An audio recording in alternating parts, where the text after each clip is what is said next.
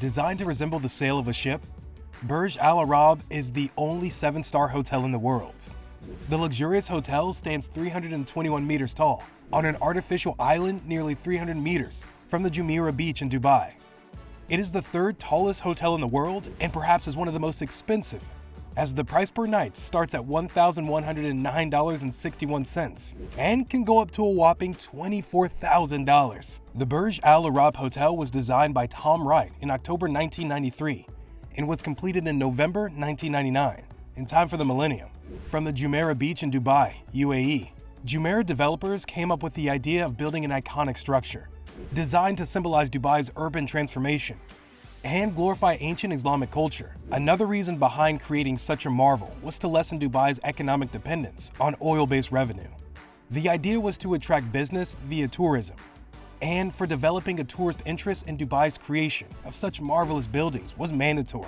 Dubai now is a uniquely affluent emirate because it is not dependent on selling oil to thrive. Its diverse economy is based around trade, transportation, technology, and tourism. Finances for this project were not an issue, and the unique project was built upon 100% reclaimed land.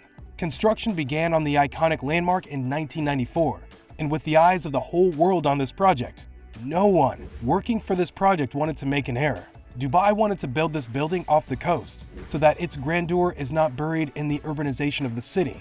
The process of construction began with drilling 230 concrete piles, measuring 130 feet into the seabed to withstand the weight of the building. On the diagonal are the huge tubular triangular trusses, which were tied to 2 legs to the central core. These diagonal trusses can contract and expand to up to 5 centimeters in 24 hours.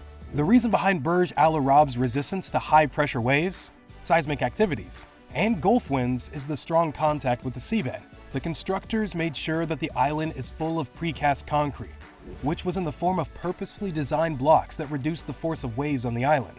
After the frame of the building that was composed of precast concrete and steel was complete, its inner part was filled up with sand and extracted with an offshore seabed. Only the process of creating the island itself took more than 2 years, yet the main part of the problem was yet to be solved by the engineers. They still had to make sure that the final building was not prone to environmental changes. To deal with flooding, perforated blocks of concrete were mounted on bedrock and a honeycomb pattern. This large structure functions as an enormous sponge, just like a drain on the pool side. The orientation of the building minimizes the heat gain during the summer seasons, and the southern elevation has the most exposed surface area, due to which it has the maximum capacity for heat absorption. Courtesy of the structure's proximity to its adjacent hotel resort, wind tunnel testing was considered to ensure a safe design. Wind speeds of 45 meters per second, under the recommendations of Dubai Municipality, was adopted for the design. The Burj itself is not located in an earthquake-intensive zone.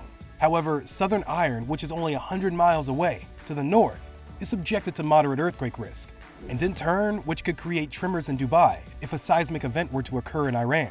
To reinforce the structure from any potential swaying, 2 tuned mast dampers weighing around 2 tons each limit vibrations in the tubular steel mast that projects 60 meters above the building. You must have been wondering how the island will cope up with the increasing sea levels in the future. But don't get us wrong. The issue will not cause shorelines to recede and the island to sink. Studies suggest that this approach is wrong, as between 1900 and 1990, from 1.2 meters to 1.7. The issue of global warming and environmental pollution must be addressed, but the effect it has on sea level is not by any means of any harm to the structural integrity of this 7-star hotel. Burj Al Arab will be well above 5 feet even for the highest of tides. As per the estimates, it would take around 448 for sea levels to become an issue for Burj Al Arab, considering the worst-case scenario in which sea levels are spiking up by at the rate of 10 meters per year, which in itself is highly unlikely. It would still take 150 years for water to get to the level of Burj Al Arab. For Dubai, rising sea levels won't be an issue for at least 500 years. Even if rising sea levels become an issue sooner than that, due to some unlikely reasons, Dubai will be able to cope up with an issue, just like the way they can carry poop out of the city and produce artificial rain. After 500 years, if sea levels become an issue, we believe Dubai by that time would have created even more wonderful feats of architecture. Just to keep the marvelous Gulf architecture aesthetic going, we suggest you let Dubai's government worry about these sustainability factors. And you, as a tourist, if you were looking to splurge for a super special occasion, or you're a billionaire looking for a quick and convenient place to stay, Burj Al Arab is worth it. Do let us know what you think about the whole construction process of Burj Al Arab down in the comment sections below. If you like this video, do give us a thumbs up and subscribe to our channel for more. Thanks for watching. We'll see you around. Peace.